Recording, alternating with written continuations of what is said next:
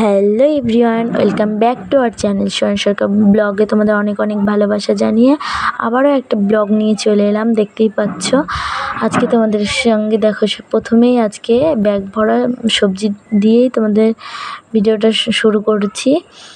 দেখো আজকে আমাদের অনেক সবজি এনেছে, সেটাই তোমাদের সঙ্গে শেয়ার করছিলাম। পাট শাক, পটল, তারপরে ফুলকপি, তারপরে কুমড়ো, বেগুন, আরও অনেক কিছু, তারপরে শসা, এগুলোই, আর কিছু না।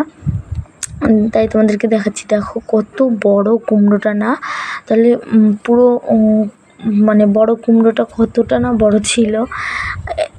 এইটুকুই এনেছে, তাই কেমন লাগছে, মানে কতটা বেশি, অনেক বেশি এনেছে।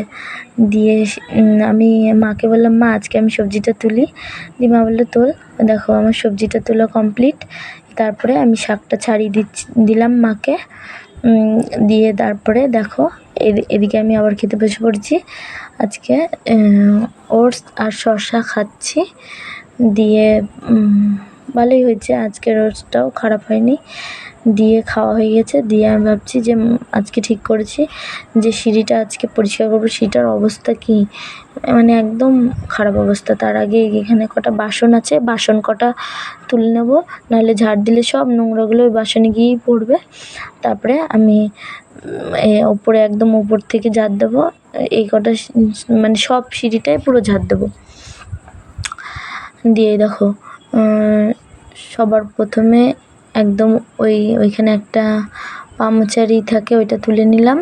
তোলার পর এই যে সিঁড়িগুলো আমি এখন ঝাড় দিচ্ছি। এত ধুলো পড়েছে বিশ্বাস করবে না, সিঁড়িগুলো এত নোংরা, এত বাজে দেখা যাচ্ছে যেন ঝাড় দিচ্ছি, আর এত সুন্দর লাগছে। তারপর আর ভিডিও করা হয়নি। তারপরে দেখো আমার পুরো দাদা বাজারে গেছিলো, দিয়ে তার জন্য ভিডিও করতে পারিনি। দিয়ে তারপরে আমি নিজেই যেটুকু পারলাম একদম সিঁড়িটা ঝাড় দেওয়ার পর একবার তোমাদেরকে দেখিয়ে দিলাম। তারপরে এই দেখো আমার আজকে অনেক সকালে স্নান হয়ে গেছে, স্নান করা হয়ে গেছে। দিয়ে তখন আমি অল্প কটা জামা কাপড় আমার মা ভিজিয়ে দিয়েছিলো, দিয়ে আমি কেচে দিলাম।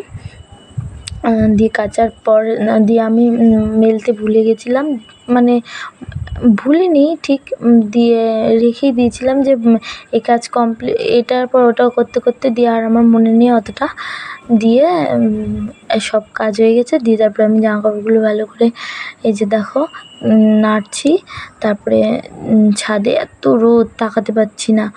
তারপরে যখন আমি জামা কাপড়গুলো মানে মেলছি না, তখন আমার দাদার সঙ্গে আমি মানে একটু ঝগড়া হয়েছিলো। দিয়ে কথা বলছি না, দিয়ে ও ভিডিও করছিলো, মনে হচ্ছিলো কি ফোনটা ফেল দিই।